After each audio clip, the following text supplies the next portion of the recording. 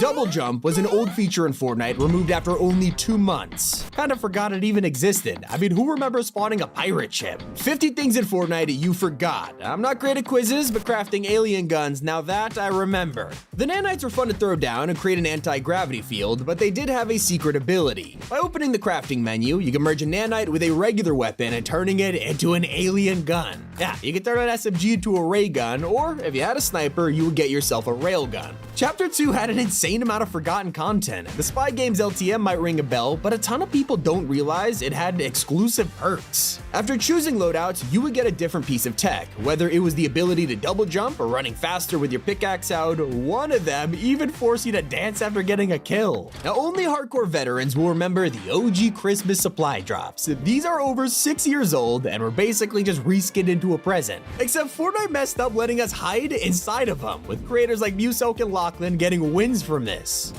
Hey, bro! Now, you definitely won't remember the bunker chests. These randomly appeared in the middle of the primal season, and it had week 7 written on top. Nobody knew what this meant or why they were here, but for some reason, they gave insane loot, guaranteeing you an epic or a legendary item. One of the strangest items could only be found if you were abducted. This was the alien knock gun, and was supposed to be exclusive to the mothership until a glitch let you respawn with it, using this to troll players. Now, it had 0 damage, but let's be honest, blasting people off their builds is dangerous enough. He might try to box me, honestly. I almost knocked him out. I think I'm on my way. I made him. No, where is he? Got him!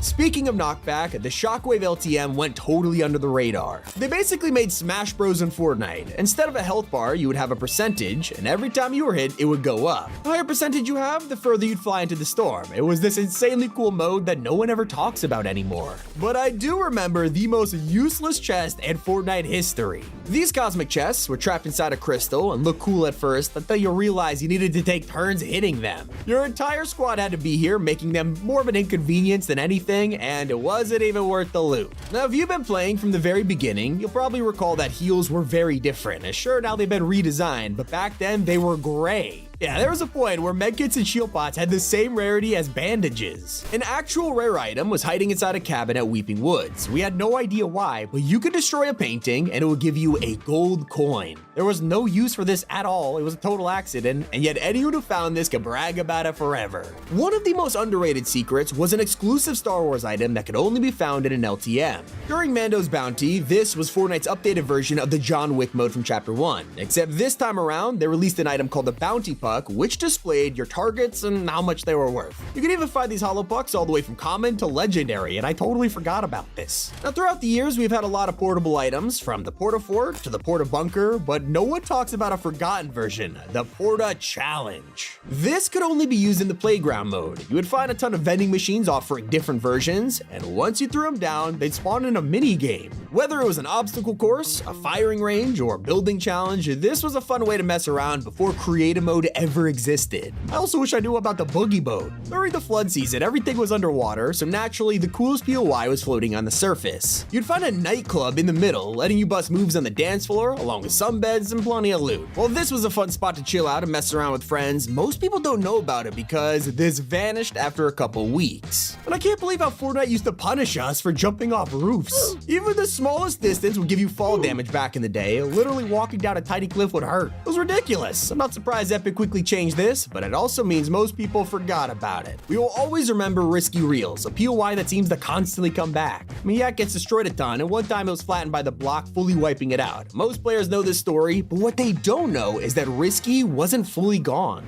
Hiding in the jungle, fans could visit a tiny POI that was a makeshift tribute, kind of like a home cinema. Some facts about OG Fortnite make you question reality though. Turns out the storm never existed on the minimap in the early days. You're probably thinking back like, no, it definitely did, but this must be some kind of Mandela effect. It was actually just a blue circle, so no wonder it crept up on us so easily. Odds are you will know about the most annoying feature in Chapter 1. You'd hear a chest in the distance and break walls to find it, only to realize you can't hear it anymore. Turns out we would break the floor under the chest, deleting it from the map. It was insanely annoying, causing players to beg Epic for a fix, and nowadays it pops open the chest. We definitely take this for granted knowing what it used to be like. You also probably know about Tuna Fish. He was a popular outfit during Chapter 2 and let you customize fish stick with all kinds of designs. The reason I'm bringing him up is because of a lesser known feature, rainbowing. Looking back, most of us just assumed we did challenges to get more styles, but we actually needed to find physical ink. You had to open as many chests as possible, and as you collected this ink, you could spend it on the styles you wanted, but only if you completed a challenge or collected a color bottle. These are so complicated, it was easy to forget them. Although I wish we still had this feature from Chapter 1. Back in the day, when you landed with momentum, you could spam the jump button and keep bouncing. Let your bunny hop around the map as long as you wanted. It was probably the most fun way to get around we have ever had, but sadly, they nerfed this in a hidden update. Another way to cheese the game was hiding inside a rare LTM. In 2018, you could play Love Shot to celebrate Valentine's Day, giving you low gravity, boogie bombs, and a new item, Cupid's crossbow. This was an exclusive redesign of the crossbow, but the rules of this LTM meant that skybasing guaranteed a win. As Valentine's Day passed, this LTM was removed and never came back. Cupid's crossbow has made appearances over the years, but no one remembers that it belonged to this long-lost mode. And we probably learned about it from the old news feed. In modern-day Fortnite, you can expect to see a full screen message of the day that is impossible to ignore. For more details, we have to search up the patch notes online, and even then, they don't mention everything. But back in Chapter 1, this small menu gave us all the info we needed. If only it told us about the secret Halloween pretzel. For a couple of Fortnitemares events, we could find candy around the map. Most people remember this eating hop drops, jelly beans, you name it. One that was harder to find was the 0-point pretzel. This would let you dash around the map, teleporting with the power of candy, but it hasn't returned since 2021. Once again, most of us know about the old Ghost and Shadow henchmen. You can shake them down for info or use a phone booth to disguise as them. What players don't remember are the exclusive chests with great loot. By carrying a henchman over your shoulder, you would unlock these by holding the poor guy right up to the scanner. Now, a lot of the things on this list have been forgotten over time, but some of them were as recent as Chapter 5. They were just too hidden for anyone to notice. Medallions originally had a 3D icon in your inventory. It looked super unique and stood out, but after just 2 weeks, Fortnite changed this. Now they're all flat 2D images. I won't lie, they definitely look cleaner and easier to see now, but the 3D angle, it was pretty cool. Let's take it back to Chapter 2, where they designed a melee weapon with entire stats, a full moveset, and inventory slot. There's only one catch though, it was unobtainable. This is the Predator Claw, a legendary item that no one knew about because, well, the Predator was the only one who could use it. He never dropped the item, it wasn't in the loot pool, and they straight up designed this just for an NPC. Which reminds me of another exclusive that could only be found during a concert. The Kid Leroy's music experience wasn't a full live event. They designed this in creative mode, so no one remembers the custom weapon we used. Near the end of the concert, we had to fight off a huge wolf, and our tool for this battle, a sunburst gauntlet. Speaking of unique items, during Chapter 3, there was a special consumable that only existed for the summer event. They decided to cool us all down with some ice cream, and there was a lot to choose from, whether it was frozen, spicy, guzzling, or my personal favorite, Lil Whip Special Serve. You can find these from coolers and get unique abilities. Lil Whips is sold from the man himself, and it was literally an instant chug jug. They totally should have kept this in the game. From limited time items to limited time modes, there are a few over the years that no one remembers because they were pickaxe themed. As you can probably guess from the name, Pickaxe Frenzy was a regular game of Battle Royale, but with no guns. You could only hit each other with harvesting tools and rusty cans. Sure, you could get around with mobility items, but it was super unique and players loved it. The same goes for the Tag LTM. I mean, odds are you played tag in real life, so you get the rules. This time it was playable in Fortnite, letting you tag players with pickaxes, escape enemies with impulses, and mess around with friends for only a couple days. I mean, that sucks. Forgotten modes are one thing, but it's easy to lose track of all the exotics in Fortnite. I mean, we've had a lot of them over the years, and chances are you don't remember the Nighthawk. This only appeared for a couple of seasons, and at first glance, it's really similar to the scope revolver, except this has a clean matte black design in a thermal scope. It wasn't forgettable just because no one used it, it was also really hard to find, only available to buy from the Mancake NPC. There was also the Big Chill, an item that looks like a snowball launcher but fired chiller grenades instead. So yeah, you could deal knockback and cause icy feet, which sounds cool, yet it was so much worse than a regular snowball launcher. This was an exotic weapon that dealt 0 damage, with barely anyone spending their gold on this. I wonder why. Instead, they would use items like the Storm Scout sniper rifle, probably one of the most underrated snipers we have ever had. While aiming down the sights, it would reveal the next storm circle. There was even an exotic version of this in Chapter 2, and yet only YouTubers talk about it. Just like how they forgot about the burst pulse rifle. Yeah, on the surface, you're like, I remember this, they were everywhere in the Alien season. But that was the normal pulse rifle. This version was an exotic that could only be found from the Chimera NPC or a malfunctioning vending machine.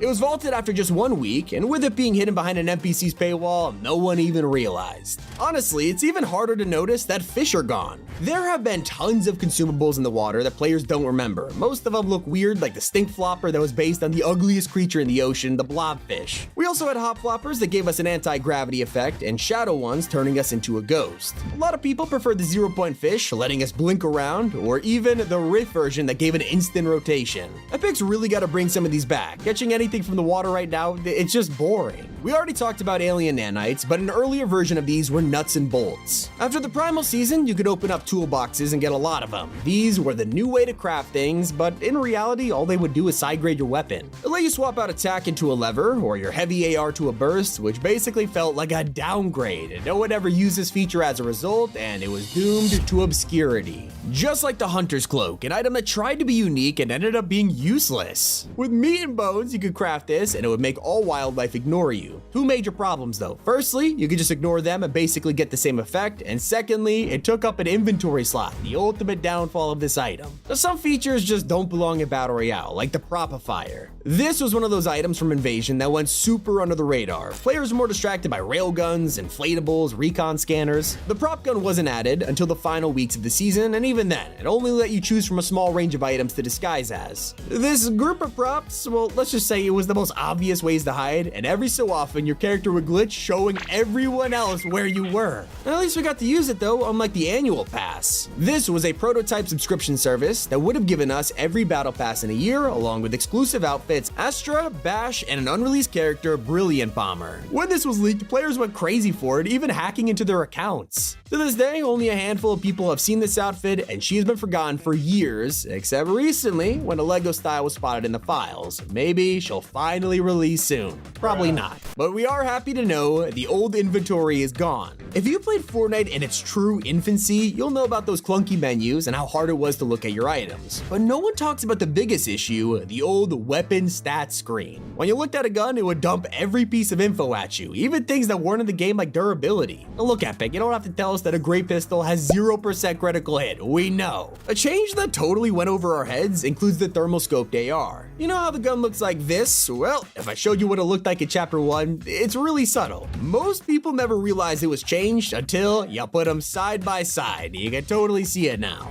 In fact, the scoped AR was one of the many items we could summon at the end of Chapter 2, all thanks to JB Chimpanski's funding stations. You might remember these, as we used them to unlock new weapons every week, but there were hidden features that everyone forgot about. It let us spawn in mounted turrets, shockwave launchers, even a remake of the Brutes. For a real explosion, we could enjoy the propane tanks in the spy season. Because gas cans were all over the map, no one ever picked these up or noticed them, but they were a good alternative. You could throw them around, destroy builds, or even start fires. More recently, we had an item that not many remember, even though it was around less than a year ago. At the end of Chapter 4, we had the tactical DMR. Normally, this would be memorable, but it was during a season where DMRs were a dime a dozen. You can find all kinds of them, regular DMRs, Cobras, thermals, it was ridiculous. And the tactical version ironically missed the mark. So when I was looking back at the many years of Fortnite, I saw footage of crows from Chapter 2, and it kind of blew my mind. I had totally forgot these were a thing. You can see them from miles away. These birds would usually glow a rare color and drop that loot if you eliminated them. There was even the almighty legendary crow. If you play a lot of creative, you'll know they have exclusive swords and melee items that are actually customizable. But back in Chapter 2, these were still in the works, and Fortnite accidentally released an early version of this sword into the files. Thanks to glitches involving vending machines, people could get the creative sword, and it worked exactly like an infinity blade for some reason. It was also huge and bulky, but with how rare this was and the fact it was exclusive to creative, only hardcore players will know about it. And even less people get to own Indigo Kuno. This was an exclusive version of the Kuno outfit that could only be unlocked in a PlayStation Cup. You had to earn this on a PS4, PS5, and only 6,000 players were given the skin. Barely anyone knew about it for a while, but anyone who gets told about the Indigo Kuno immediately wants it for how rare this is. We have completed 50 things you forgot existed in Fortnite. How many do you remember? It's been Tommy, and keep it here on Top 5 Gaming.